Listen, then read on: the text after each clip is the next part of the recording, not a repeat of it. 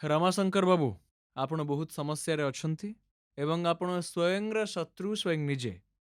ଆପଣ ପ୍ରତ୍ୟେକଟି କ୍ଷଣରେ ନିଜର ନିଷ୍ପତ୍ତିକୁ ବଦଳାଉଛନ୍ତି। ଦାରିଦ୍ର୍ୟରେ ଜୀବନ କଷ୍ଟମୟ ହେଇଛି।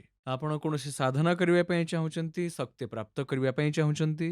ଧନ ପ୍ରାପ୍ତି ଆପଣଙ୍କର ମୁଖ୍ୟ କାମନା। ସେଥିପାଇଁ ତ କୌଣସି ଶକ୍ତି ପାଇକି ଧନ ପ୍ରାପ୍ତ କରିବେ କିମ୍ବା କୌଣସି ସାଧନା କରିକି ଆପଣ ଧନ ପ୍ରାପ୍ତ କରିବାକୁ ଚାହାନ୍ତି। ଠିକ ଅଛି? ଆପଣଙ୍କର କେହି ନାହାନ୍ତି। କାହିଁକି ନାହାନ୍ତି? ଯେ ଆପଣଙ୍କର ସ୍ୱଭାବ କାରଣରୁ କେହି ନାହାନ୍ତି। ଆପଣଙ୍କର ସ୍ୱଭାବ ସେହିପରି। ଦେବୀ ଦେବତାମାନଙ୍କର ଶରଣ ମଧ୍ୟ ବଦଳାନ୍ତି। ଆଜି ଏ ଦେବୀ ଦେବତା, କାଲି ସେ ଦେବୀ ଦେବତା, ଆଜି ଏ ସାଧୁ, କାଲି ସେଇ ସନ୍ତ। ହଁ ନା? ସ୍ୱାସ୍ଥ୍ୟ ଠିକ୍ ରହୁନାହିଁ। ଓଭର ଥିଙ୍କିଂ କରୁଛନ୍ତି, ଯାହା ଫଳରେ ସମସ୍ୟା ଆହୁରି ବଢ଼ି ବଢ଼ି ଚାଲିଛି ଆପଣଙ୍କ ଜୀବନରେ। ବୁଝିପାରିଲେ?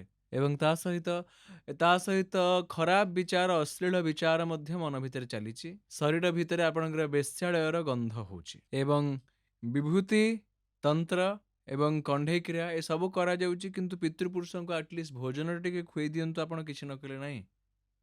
ହଁ, ନିଜେ ବେଶ୍ୟାଳୟକୁ ଯିବେ କିନ୍ତୁ ନିଜ ପିତୃପୁରୁଷଙ୍କୁ ଟିକେ ଭୋଜନ ମଧ୍ୟ କରାଇବେ ନାହିଁ ଆପଣ। ପିତୃପୁରୁଷ ଅଶାନ୍ତ ରହିବାରୁ କୁକୁର ଆପଣଙ୍କୁ କାମୁଡୁଛନ୍ତି, ଆପଣଙ୍କ ପଛରେ ପଡ଼ିଛନ୍ତି।